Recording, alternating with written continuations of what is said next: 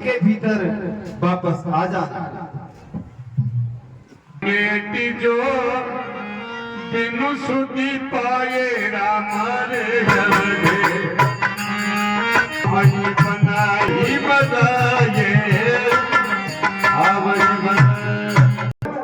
एक बात और मेरी ध्यान से सुनो, जो अवधि बिताकर और बिना पता लगाए मेरे पास में आ गया वो मेरे हाथों मारा जाएगा।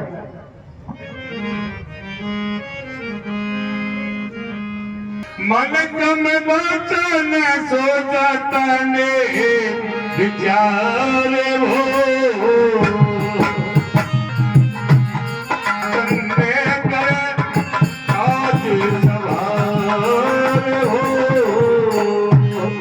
वचन और कर्म से श्री रामचंद्र जी का कार्य करो। देह धरे कर यह फल भाई रामा।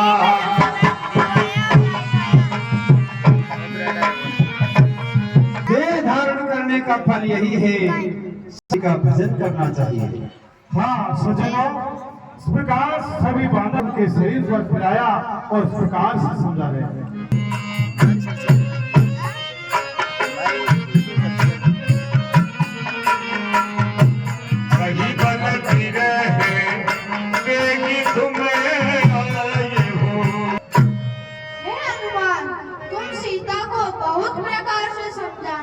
वो मेरा बर बताकर शीघ्र ही लौट आना।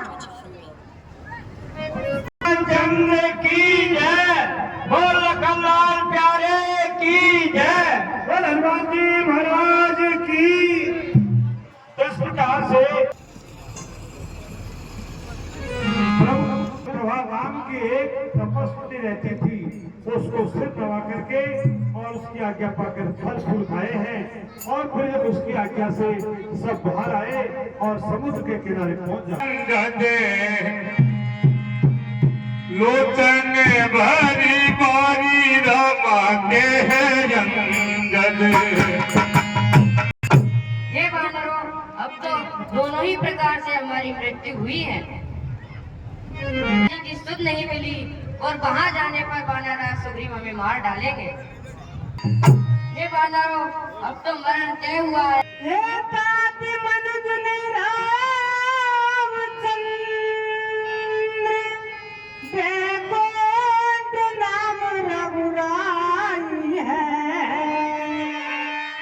हम सब ही अति बड़ भाग है, जगड़न में प्रीति लगाई है। हे भैयाओ, तो भगवान श्री रामचंद्र जी को मनुष्य मत समझो। संकटे सगुने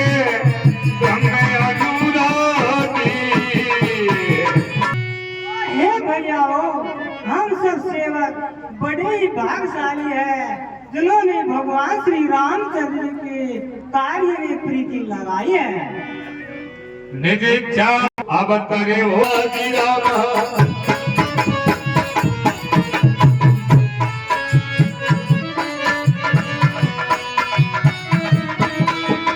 सगुन उपासक संगत है, रहे मोक्ष सब प्यारी। भोजन दे दिया, मैं बहुत दिनों से भूखा हूँ, आज इन्हें खाकर अपने पेट की पूर्ति करूंगा। से पेट भर के भोजन नहीं मिला, आज विधाता ने इकट्ठा ही भेज दिया है। हाँ, मन में डरे। उस समय अंगद जी महाराज मन में विचार कर ऐसा कहने लगे। तो मेरे भाई की बात कर रहे हैं, तो मतो मेरे पास आओ।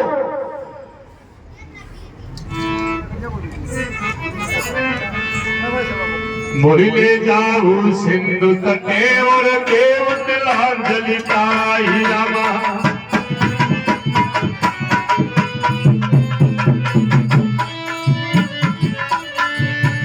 वचन सहाय करवी में और देह हो सहु जाय।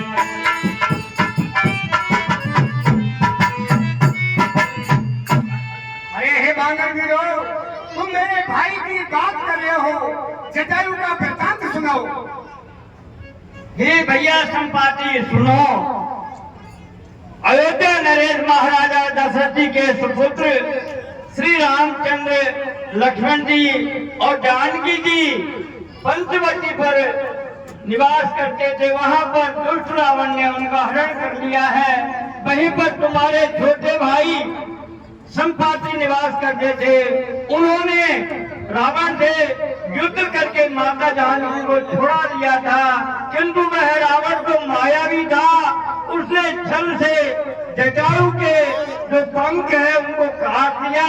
फिर उनकी उस रावण ने हत्या कर दी है और वे महाराज जटायु प्रभु श्री रामचंद्र जी का कार्य करके और परम धाम को पहुंच गए।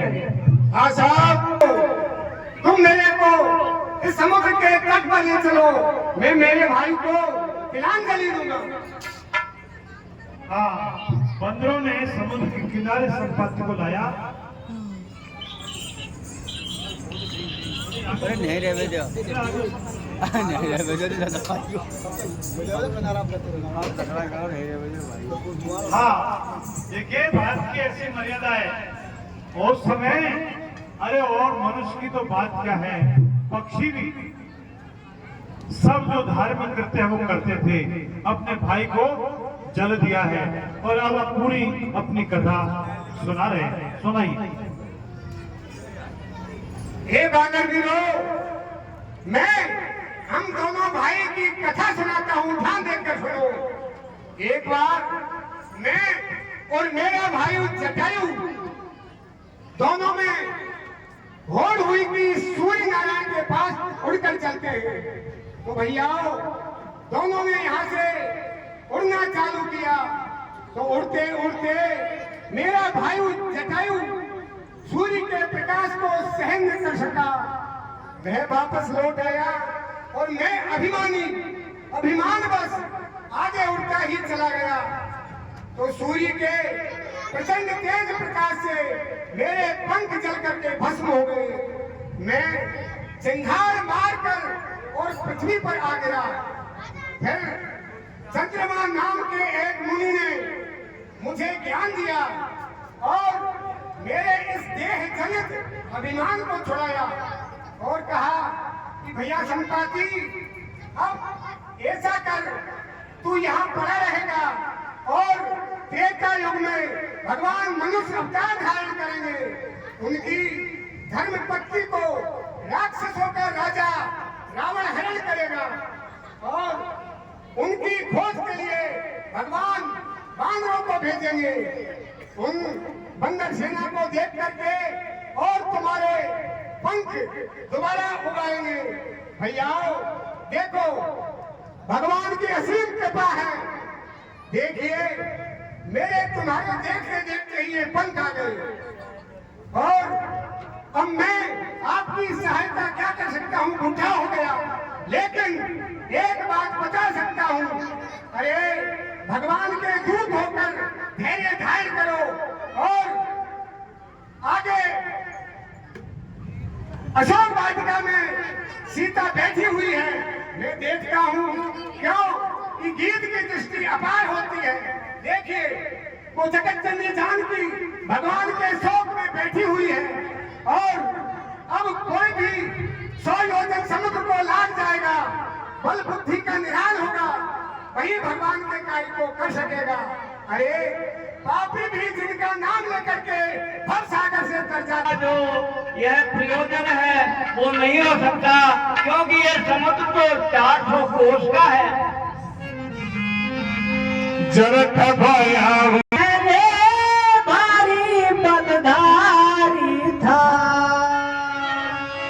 नहीं रहा पहले जैसा बलवे और साथ धर्म भक्त था।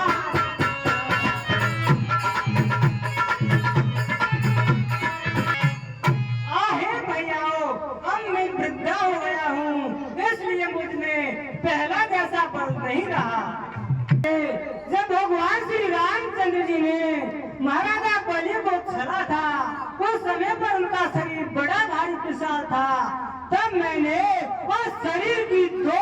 के 2 घड़ी के अंदर 7 परिक्रमा की थी। कहूँ जाऊँ मैं तारा रे भैया,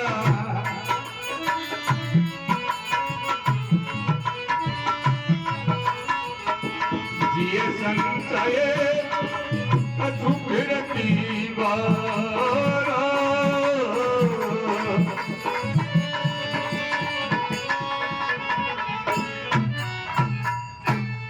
मैं बाहर तो चला जाऊंगा, लेकिन वापस लौट कर आने में कुछ संदेह है। जाव मंत कहे तो मैं सवे लायके,